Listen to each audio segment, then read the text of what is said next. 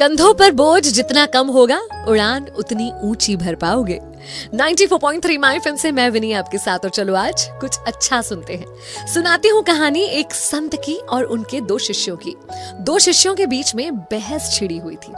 एक शिष्य बात कर रहा था कि अगर हम इस संसार में आए हैं तो हमें अधिकार है, या कहना चाहिए हमारा कर्तव्य बनता है कि हम अच्छी तरह से अर्न करें, कमाई करें और उसके बाद अपने लिए और अपने परिवार के लिए सुख सुविधा के सारे साधन जुटाएं। एक ही तो जीवन मिला है, इसमें सुख सुविधा के साधन अगर ना लिए तो क्या किया धरती पर आके।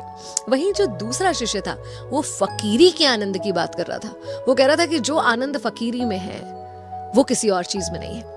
दोनों में बहस छिड़ गई। बात संत जी तक पहुंच गई और दोनों ने अपने गुरु संत से कहा कि आप इस पर फैसला दीजिए कि मैं सही कह रहा हूं या ये सही कह रहा है। तो गुरु जी ने कहा कि फैसला मैं यूं नहीं दूंगा, एक कार्य देता हूं करने के लिए, तुम दोनों को वो काम करना है। उसके अंत में तुम्हें खुद ही समझ में आ जाएगा कि क्या सही है और क्या गलत है।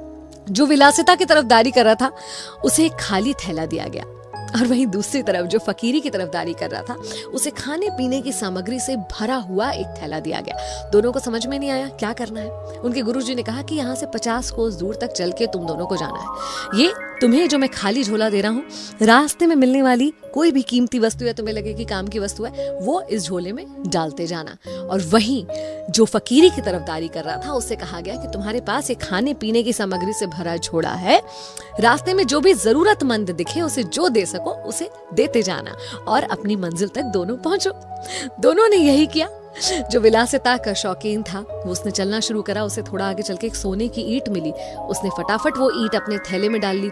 थोड़ा और आगे चलता गया, एक और ईंट, फिर तीसरी ईंट, फिर चौथी ईंट। ऐसे करते करते उसका थैला ईंटों से भर गया और साथ ही भारी भी हो गया। वहीं दूसरी तरफ जिसे कहा था कि खाने पीने की सामग्री जरूरतमंदों में बांटते जाना, उसका थैला धीरे धीरे खाली होता गया। जैसे ही उसे रास्ते में कोई व्यक्ति मिला जिसके देखकर उसे लगा कि इसे खाने की सामग्री की जरूरत है, वो उसे सामग्री दे देता और उसका थैला खाली होने लगा। जैसे जैसे इसका बोझ कम होने लगा, इसके लिए राह आसान होने लगी, चलना आसान होने लगा। वहीं दूसरी तरफ जो अपने झोले का बोझ बढ़ा रहा था उसके लिए चलना मुश्किल हो गया, सांस चढ़ने लगी और अंततः एक एक कदम चलना मुश्किल हो गया। और आलम यह था कि फाइनली वो उस बोझ के साथ आधे रास्ते में ही गिर गया और मंजिल तक नहीं पहुंच पाया। एक छोटी सी सीख है हमारे, आपके और हम सब के लिए। सारा जीवन हम चीजों को कलेक्ट करने में, इकट्ठा करने में बिता देते हैं, जबकि आप गौर कीजिएगा कि 60 की उम्र के बाद कोई ये नहीं पूछता कि बैंक बैलेंस कितना है।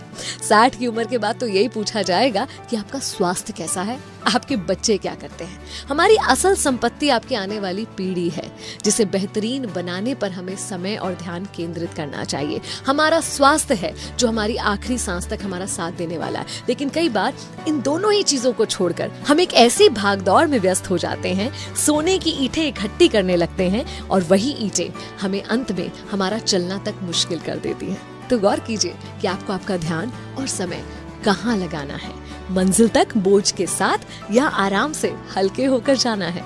94.3 माय एफएम से मैं विनी। चलो आज कुछ अच्छा सुनते हैं।